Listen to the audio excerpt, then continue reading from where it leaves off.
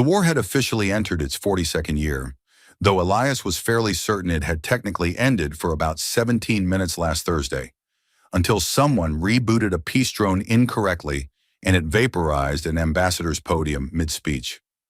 Galactic diplomacy, he'd come to understand, worked mostly by accident and rarely before lunch.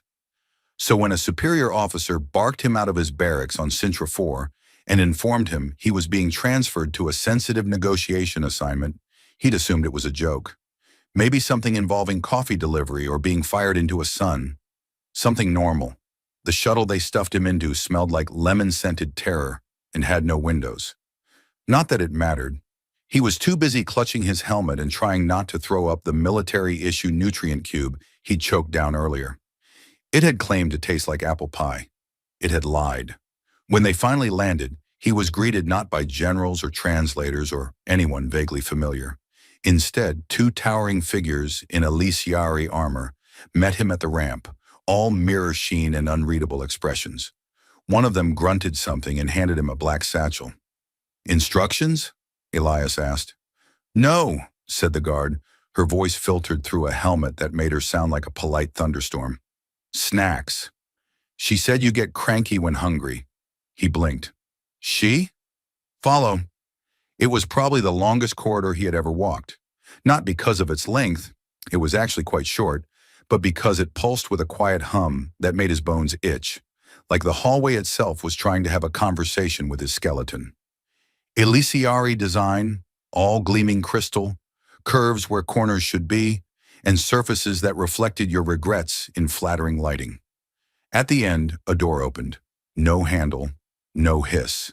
Just a silent parting, like reality giving up for a moment. Inside was a room that tried very hard not to be intimidating and failed spectacularly. There were soft cushions, yes, but they hovered at aggressive angles. The lighting was ambient in a way that made you feel like you owed it money. And in the center, standing beside a table shaped like a spiral galaxy, was her. Queen Sarava of the Elysiari Dominion did not rise or bow or blink. She simply turned her head, slowly, regally, like she'd been posing that way for 3 hours, and was disappointed no one had painted her yet. She wore battle-formal regalia, smooth dark plates etched with silver runes that pulsed like veins. Her skin was pale, almost moonlight white, and her black hair fell in precise, deliberate lines over her shoulders. But it was her ears, long, elegant, slightly curved, that marked her undeniably alien, unmistakably Elysiari. Elias stared. He couldn't help it. Then she spoke. "You're shorter than I expected." "Yeah," Elias replied. "The boots are regulation. They don't do much for drama." She blinked once. "Your reputation suggests a man of courage and diplomacy. Are you capable of such qualities now, or should I summon snacks first?" "I've got snacks," Elias said, lifting the satchel. "Unless this is one of those tests where the food's poisoned, and the real test is trusting you anyway. If so, I should warn you. My trust is highly non-functional before caffeine." She made a sound that might have been a laugh or a cough or a subtle planetary insult. Then she stepped forward. "I will be concise. This war is a sickness. It consumes everything and leaves only ashes. Neither of our people benefit. Both cling to pride, ancient wounds, and outdated definitions of victory." "I'm familiar," Elias said. "I've read the pamphlet. I intend to end it," she continued, ignoring him. "But not with treaties, not with another doomed armistice. Something more permanent." He raised an eyebrow. "You're going to detonate a star, aren't you?" "I'm going to marry you." Silence fell, heavy and immediate, like someone had shut off gravity, but just for sound. Elias opened his mouth, then closed it again. He looked around the room, as if expecting someone to leap from behind a cushion and shout, "Gotcha!" "I'm sorry," he said at last. "Did you say marry?" "Yes." "To you?" "Yes." "Like, officially, marriage, legal union, rings and arguments about who left the gravity on in the shower." "You have a peculiar vision of matrimony." "Sure, but it still includes not being assassinated by my in-laws." Sarava regarded him with a gaze so calm it nearly made his skin itch. "This is not a romantic overture, human. This is politics, symbolism, the joining of bloodlines and banners. It will solidify peace in ways no treaty can. Our enemies, internal and external, will not challenge a war queen bound to her former adversary. And what do I get? Elias asked. Aside from lifetime access to your luxury pillows and eternal suspicion from every general in the Terran military? You get to live, she said simply, and you get to be remembered. He folded his arms. I'm already remembered. There's a vending machine named after me in Outpost Delta 7. A vending machine?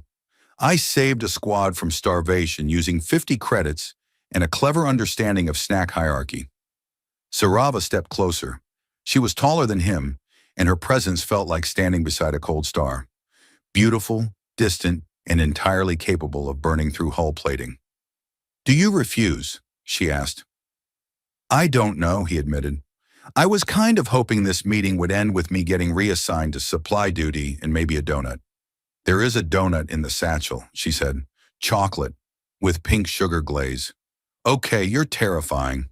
And yet, she said softly, you are still here. He didn't answer. Instead, he reached into the satchel, pulled out the donut, and took a slow bite. It was, against all odds, very good. The room was quiet again, not in the tense, dramatic way, just quiet, like a beginning. So, Elias said through a mouthful of frosting, do I at least get to wear a crown? No. Cape? No. Throne-sharing privileges. Conditional. He swallowed, wiped his mouth with the back of his hand, and nodded once. Well then, he said, let's give the galaxies something to talk about. There was no playbook for marrying an alien queen, not in any of the Terran military protocol handbooks, not in the interspecies etiquette subforms, and certainly not in the small collection of self-help vids Elias had downloaded years ago under the title Emotional Growth for Idiots, which was why, 2 days after agreeing to become galactic political glue, Elias found himself standing on a floating platform, wearing ceremonial robes that made him look like a disgruntled curtain, while a group of Elysiari elders discussed the symbolic implications of his nose shape. It denotes caution, one of them said, inspecting him with a magnification lens. It denotes allergies, Elias replied, resisting the urge to sneeze. The preparations had begun immediately after the Queen's proposal had gone viral across every channel, sub-channel, psychic relay, and gossip vine in the known sectors. Some people cried treason, others cried joy. A small minority cried because they had lost significant amounts of money, betting that Sarava had no heart. The Elysiari Palace was a ship in a city both, an immense, hollowed comet wrapped in energy fields and architecture that moved when you weren't looking. It floated above the surface of LN6, a world that glittered with bioluminescent forests and air so clean it made your lungs suspicious. Elias had been assigned a personal liaison, a soft-spoken Elysiari named Terran who communicated mostly through meaningful eye squints and had a habit of vanishing through walls. Terran appeared again as Elias finished dodging a question about his reproductive lineage. The Queen is ready for the first bonding ritual, Terran said. You will meet her in the Garden of Intent. Is that the one with the sentient vines, or the one where the air tries to seduce you? Yes, Terran said. The Garden of Intent, it turned out, was less of a garden and more of a hallucination made of biology and passive aggression. The plants were luminous. The air was full of floating spores that glimmered in patterns resembling constellations and suspiciously judgmental grandparents. Sarava stood in the center, arms folded, expression unreadable, except for the way her left eyebrow arched when she saw his robes. You look like a ceremonial cushion, she said. Thank you, Elias replied. You look like a small solar storm I'd very much like to not be annihilated by. She stepped closer. This ritual is symbolic. We will exchange truths, a shared memory, a regret, and an unknown. Our minds will touch briefly, aided by the flora. It is painless. Mostly. Mostly? Some humans experience minor side effects, memory hiccups, spontaneous poetry, temporary telepathy with local wildlife. Ah, Tuesday then. She held out her hand. Elias took it. The vines around them stirred, colors shifting. A pulse of warmth spread through his chest, followed by a prickling sensation in his teeth. Then, he was 11, hiding under a broken supply crate during an orbital bombing run, clutching a stuffed bird named Clomp. A soldier, a stranger, had thrown himself in front of a collapsing wall to shield the crate, not knowing anyone was inside. The man had died. Elias hadn't. He'd never told anyone. He blinked, and now they were on a beach. Not Earth. Somewhere warmer. Sarava stood in silence, watching a twin sunset. Her hand gripped something small and sharp. She buried it in the sand. A crystal, a piece of tech, a memory. The vision ended. The garden returned. Elias let go of her hand. His skin tingled. "Well," he said, "that was horrifyingly intimate. Do we do that every morning?" "Only on ceremonial Tuesdays." "I knew it." Taryn reappeared from behind a tree that was absolutely not there a moment ago. "You are expected in the Hall of Petitions," Taryn said, "to meet the dissenters." "Great," Elias muttered. "Let's meet the people who hate me." The Hall of Petitions was large, echoing, and full of people who looked like they wanted to vote him off the planet. There were generals with chins sharp enough to cut subspace, nobles draped in more jewelry than physics should allow, and at least one ambassador who hissed whenever he blinked too fast. Sarava entered beside him, her presence silencing the room like a dropped weapon. "This is the Terran," she said without preamble. "You may address him directly." A noble stepped forward. "What do you bring to the Dominion, human, other than chaos and inferior metabolic processes?" "I make excellent scrambled eggs," Elias said. Murmurs. "And I once deactivated a war drone with a coffee mug in spite." More murmurs. "I'm also legally married to your queen in approximately," he checked his borrowed timepiece, "43 hours, give or take an assassination attempt." The murmurs grew louder. Sarava turned to him. "Perhaps," tone. "Right, sorry. Look, I'm not here to dismantle your traditions. I'm not here to pretend I understand them. But I do understand people. I understand war. I've been fighting it since I was old enough to shave, and even then I was terrible at both. I don't know if this will work, but I know it can't be worse than another decade of watching both sides bleed." Silence. Then the ambassador who hissed raised a hand. "Do you prefer your eggs with or without seasoning?" "With, obviously." A long pause. "We'll consider this union. Temporarily, for now." As the hall emptied, Sarava gave him a look that might have been amusement, or a precursor to exile. "You have a strange gift," she said. "Thank you." It was not a compliment. "Wasn't it?" She didn't answer. She didn't need to. Later, as they sat in her private chamber, a floating chamber that rotated slowly to mimic moonlight, Sarava handed him a small box. "A gift," she said. "It belonged to my father." Elias opened it. Inside was a ring made of star metal, forged from the debris of an exploded diplomatic station. "Was this symbolic?" "Yes," she said. "It means something beautiful can be made from catastrophe." He turned it in his fingers. "You know," he said, "if you wanted to propose again, this is a much better setup." Sarava didn't smile, but she did not smile either. The wedding rehearsals began at precisely 0600, which Elias discovered was both a time and a method of torture. The first lesson involved ceremonial posture, which according to Elisiari custom, demanded that the groom maintain a position of dignified anticipation, defined as standing very still while looking as though you had recently been crowned and were slightly bored about it. Elias achieved something closer to distracted man looking for where he left his sandwich. Taryn, who had taken it upon themselves to become Elias's full-time protocol survival guide, hovered nearby with the air of someone who regretted all their life choices. "You must hold your shoulders higher, like you are preparing to lift the weight of your people's future." "I have shoulder allergies," Elias replied. "They flare up under pressure and metaphors." Sarava arrived 15 minutes later, which Elias assumed was either a power move or a scheduling error. Her arrival silenced the room. Her gaze didn't. It drilled directly into Elias with the slow precision of a planetary mining laser. "You're slouching," she said. "I'm dignifiedly anticipating," Elias replied. "Mostly anticipating sitting down." She stepped onto the ritual platform and took her place beside him. The efficient, a floating construct made of light, code, and what Elias was reasonably certain was sarcasm, began reciting the oath of synthesis. In the eyes of stars and memory, we bind the strands. A klaxon went off. A red spiral bloomed across the air. Everyone froze. Unscheduled breach in perimeter shell, the construct announced. Source, Terran transport vessel, unauthorized. Elias turned to Sarava. It's not mine. I didn't leave anything running. Sarava had already moved. Her hand gestured midair, opening a tactical display. A grainy image resolved into clarity. A Terran shuttle, smoldering at the hull gates, its weapons locked in standby, its shields fluttering like they'd been punched by a solar gust. From the wreckage stumbled someone in a grease-stained uniform, waving a scorched datapad. Wait, Elias said. Oh no, that's Jenkins. Jenkins? My old tech officer. He once tried to fix a coffee machine and rewired it into a flamethrower. The footage zoomed in. Jenkins was, in fact, holding what looked suspiciously like a coffee pot with sparking wires. Stop him, Sarava commanded.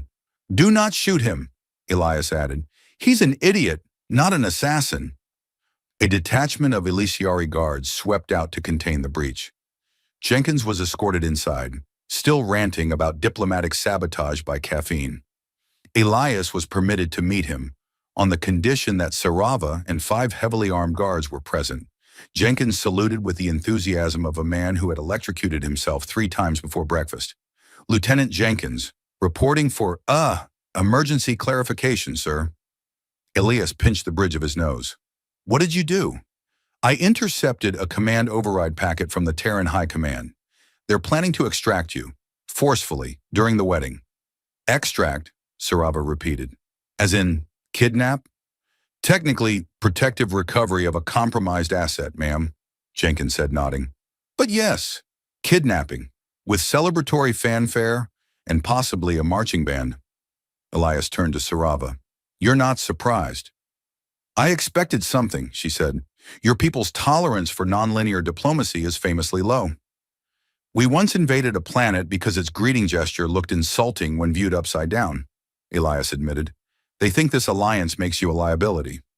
Do they know I've already emotionally bonded with your terrifying ceremonial plants? They do not. Well, that's their mistake. Sarava turned away from him and spoke quietly to her guards. Enhance the internal security web. No one enters the observatory unless I authorize it, including this one's coffee-addled comrades. Hey, Jenkins said. It wasn't just coffee. There was tea, too. He was escorted out. Later that night, Elias sat on the edge of his hovering sleep platform, holding the ring box again. He flicked it open and closed a few times, more out of habit than uncertainty. There wasn't much room for second thoughts now, not unless he wanted to ruin a marriage, a political accord, and at least 4 very complicated floral arrangements. The door to his quarters chimed. Come in, he said. Sarava entered. She wasn't in ceremonial regalia, just a sleeveless tunic and trousers that made her look more like a warrior preparing for a sparring match than a bride preparing for galactic diplomacy. Her hair was unbound. Her ears twitched once, barely visible, but he caught it. I thought you'd be meditating, he said. I thought you'd be asleep. I've been rehearsing my vows in my head. Any good? Some rhymed. That seemed inappropriate. She stepped closer, examining him as if she were recalibrating her mental image of the man she'd agreed to marry. You are afraid, she said. I am, he agreed. Not of you. Or this. Well, maybe a little of this. Mostly I'm afraid I'm not enough. That I'll mess it up. That we'll try to do something impossible and fail publicly in front of 12 billion streaming viewers. Sarava was quiet for a moment. Then she sat beside him. When I was named heir to the Elysiari throne, she said, I was told I would never marry. That alliances were temporary, power was absolute, and intimacy was weakness. Sounds lonely. It was, until you insulted 3 nobles and asked if you could install a vending machine in the negotiation hall. He chuckled. That was mostly a survival instinct. I know. She looked at him. I have fought wars, Elias. I have commanded fleets. But I have never done anything as reckless as choosing peace. He turned to her. So why now? Because you laughed when I told you I was going to marry you, and then you said yes anyway. They sat together in the quiet hum of the palace's breath, soft energy, muted starlight filtering through the crystal walls. Elias held up the ring. "Do I put this on you tomorrow?"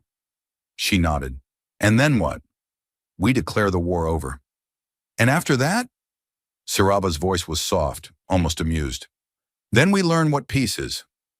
The wedding began at the hour of blue convergence, when the twin suns of LN6 aligned behind the palace spires and cast light sharp enough to make shadows flinch. Ilias was marched to the ceremonial platform by a quartet of Elisiari monks who chanted in perfect unison and smelled faintly of glowing moss. Terran had given up trying to fix his posture and instead just repeated, "Try not to offend any ancestors, living or holographic." He'd never worn armor that sparkled before. The suit was woven from photonic fibers and tradition, etched with tiny sigils that responded to emotional state. At one point he muttered a curse and the left sleeve turned an embarrassed purple. Sarava arrived on a floating disc of gold-threaded silk and starlight, flanked by warrior guardians with blades shaped like frozen lightning. Her dress was minimalist, by Elisiari standards, which meant it only defied 2 or 3 laws of thermodynamics. Her long ears twitched just once as she approached him, the only visible sign that she might have been feeling anything other than absolute control of the moment. The Efficient, a construct built by both human and Elisiari engineers to ensure diplomatic neutrality, hovered above them. Its face shifted between a calm Terran diplomat and a stern Elisiari elder every few seconds, which was unsettling at best and mildly nausea-inducing at worst. "We gather at this convergence," the construct said, "to forge a bond not just of individuals, but of histories, a unity of purpose, ambition, and tolerable compromise." Elias leaned toward Sarava. "Is it just me, or does that sound like the start of a very awkward treaty negotiation?" "They all do," she whispered, "but this one ends with cake." "High-stakes diplomacy," he muttered, "now with frosting."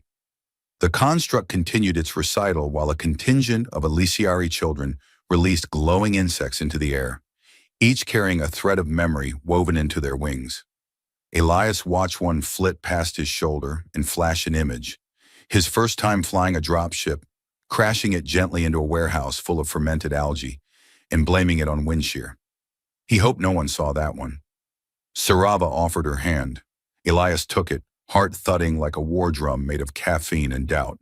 They stepped together into the circle of accord, a space bounded by an invisible energy lattice that hummed softly as their biosignatures triggered the first binding protocol. "I, Sarava of House Ellerin," she began, "do take this human against all rational counsel and centuries of training. I, Elias Harkin of No House and a long list of parking violations," he said, "do take this woman, despite the fact she could crush me with her mind and look slightly annoyed by my existence most of the time." Several Elisiari nobles gasped. Terran face-palmed. The construct tilted its head, processing humor in 3 languages before stating, "Acknowledged. Vows accepted." A final gesture, a shared breath. The ring, pulsing faintly with stored memory, slipped onto her finger. The lattice around them flared, blue and gold twining together in slow, symmetrical spirals. Above, a projection of the galaxy unfolded, star systems blinking into new configurations as the war was declared. Pause, not ended. Not yet, but paused. And that was more than either side had achieved in years. The applause began as a polite, uncertain thing, then grew, layer by layer, until it echoed through the palace halls. Dignitaries nodded, soldiers exchanged guarded glances, and somewhere in the back, Jenkins fist pumped so hard he nearly dropped his ceremonial snack box. The celebration moved into the Hall of Fusion, a vast chamber with gravity just light enough to make dancing feel like wading through warm clouds. Music played from living instruments. Food hovered on trays that adjusted themselves based on dietary needs and emotional states. Elias was halfway through a slice of what he hoped was cake when Sarava appeared beside him, holding a glass filled with something that shimmered suspiciously. "You're glowing," she said. "Thank you. I think it's the frosting. It's the binding field. You'll adjust, or you'll develop mild telepathy." He glanced around. "Do you think they bought it?" "They bought the performance. Now we see who honors the warranty." You know, Elias said, sipping from his own glass and immediately coughing, this tastes like a confused fruit arguing with metal.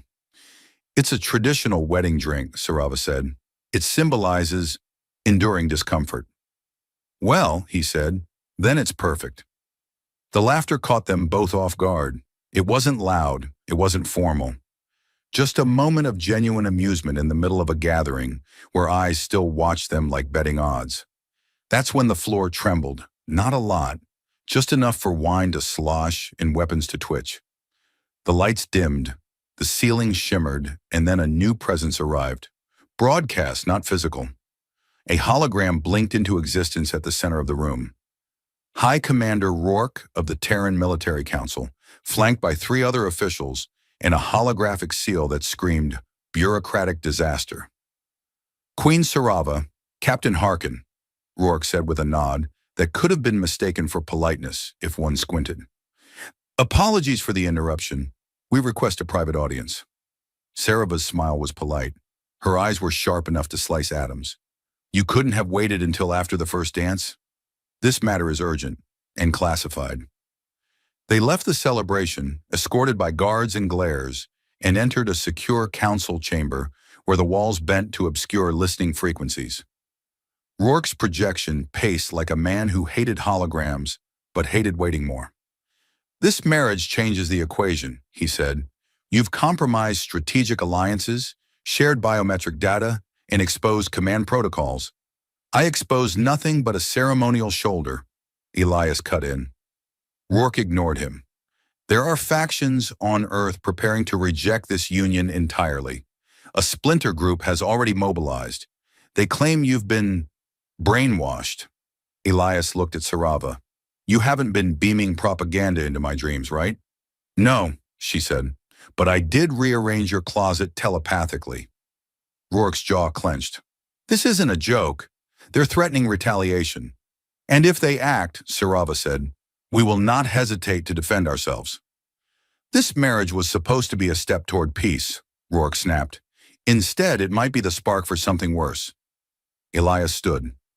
Then maybe the problem isn't the marriage. Maybe the problem is everyone waiting for it to fail. Rourke's projection flickered. We'll be watching, Harkin. Don't make us regret this. The holograms vanished. Silence returned. Sarava touched his shoulder. They're afraid of change. So am I, Elias admitted, but I'm more afraid of the alternative. You married into a dynasty of psionic warriors with control over magnetic architecture. And you married a human who once declared war on a vending machine because it ate his credits. We are well matched, Oni grinned. Let's give them something to really panic about. The first shot didn't come from space. It came from someone in a utility corridor with access to the main diplomatic uplink, a Terran-supplied signal repeater, and a grudge longer than a planetary equator. The explosion was small but deliberate, enough to take down the interstellar comm array, scramble data links, and plunge both Terran and Elysiari contingents into chaotic silence. Elias was in the observatory, struggling to recite Elysiari poetry from a flashcard labeled romantic and not accidentally offensive, when the blast tremor rolled through the floor. He blinked up at the crackling, hollow sky. Please tell me that was a scheduled fireworks display. Sarava arrived seconds later, eyes narrowed, her cloak fluttering like a solar flare with attitude. It started. You mean the cake's ruined? Or the war's back on? Yes. They move fast. The palace descended into a scramble of security lockdowns and half-finished diplomatic banquets. Terran Marines, those not already under investigation for political insubordination, were trying to figure out whether they were now enemies or guests with very bad timing.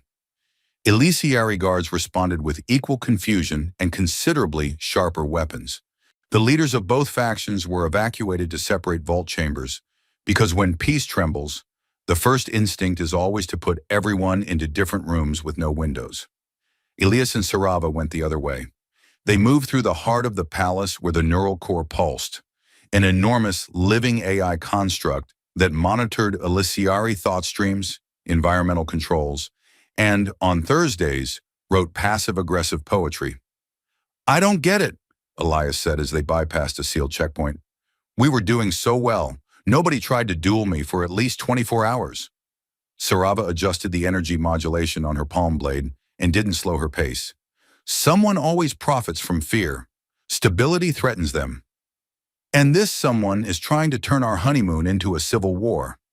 The neural core greeted them with a subdued blue light, and a voice like velvet dipped in static. New visitors are not recommended at this time. We're not visitors, Elias said. We're the people you're supposed to be protecting from apocalyptic sabotage.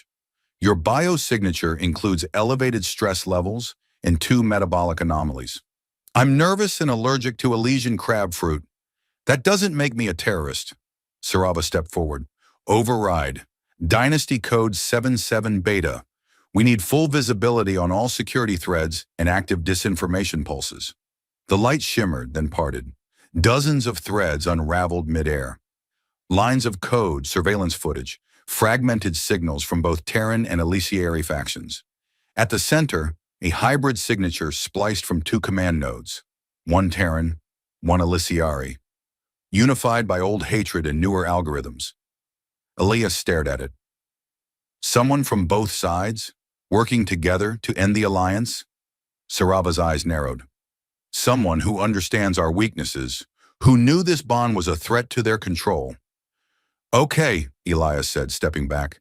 Time to do something rash and heroic. You want to fly into space and punch the broadcast tower yourself? Tempting, he admitted. But I was thinking more along the lines of full-spectrum transparency. Sarava stared. You want to broadcast everything? We've been playing defense since we said I do. Maybe it's time to let the galaxy see what actually happened. Show them we're not mind-controlled, brainwashed, or genetically seduced by pheromone pulses. Although, honestly, that last one sounds way more fun than it is. She considered it. If we do this, we won't be able to walk it back. I wore photonic formalware and recited poetry. I'm all in. The neural core hesitated, then shimmered green. Broadcast relays are damaged. Manual alignment is required. Elias groaned. Please tell me manual alignment doesn't mean climb a tower during a potential coup? The core remained silent. Climbing the tower took 32 minutes. 4 sarcastic comments about ancient architecture, and 1 near-death encounter with a floating maintenance droid that insisted it was authorized to sanitize descent. They reached the relay platform and reinitialized the main array. Sarava rerouted the encryption keys. Elias pressed the big red button labeled May Require Regret. The message went live. Across both civilizations, across ships, planets, outposts, and stations, the image of the Royal Union reappeared. Not the carefully edited one curated for political optics. The real one. Uncut. A nervous human fumbling through vows. A queen smiling despite herself. Laughter. Awkward pauses. A moment where Sarava adjusted Elias's collar because he had frosting on it. And then, footage of the sabotage, of the conspirators, of the words spoken in shadow exposed to light. It took 6 minutes for the first wave of reaction, 12 minutes for the second. By 15, they were getting transmissions from both sides.